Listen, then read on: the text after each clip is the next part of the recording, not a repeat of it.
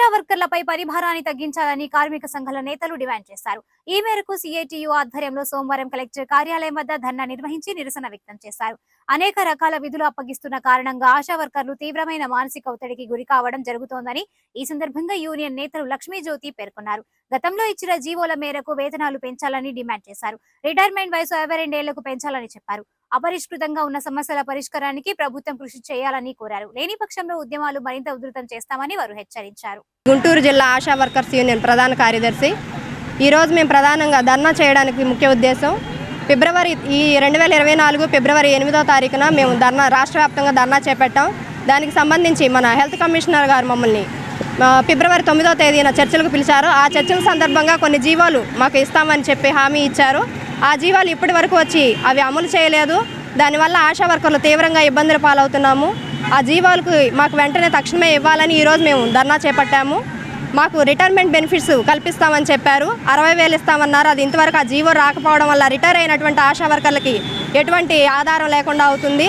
60 సంవత్సరాల నుంచి 62 సంవత్సరాలకు పెంచుతానన్నారు.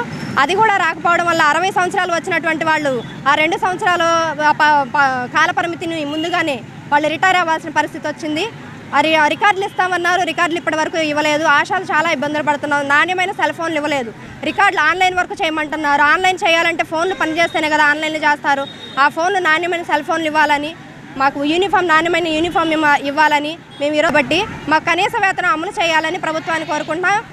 మా జీవాలు మా ధర్నాకు సంబంధించి గుంటూరు జిల్లా ట్రెజరర్ని మేము ఈరోజు 18వ తారీఖు అన్ని జిల్లాల వ్యాప్తంగా మేము ఆశా వర్కర్లపై మరి ధర్నా చేపట్టడానికి ముఖ్య ఉద్దేశం రాష్ట్ర ప్రభుత్వం మరి 2024 ఫిబ్రవరి 9వ తారీఖు మాకు కొన్ని హామీలు ఇచ్చింది.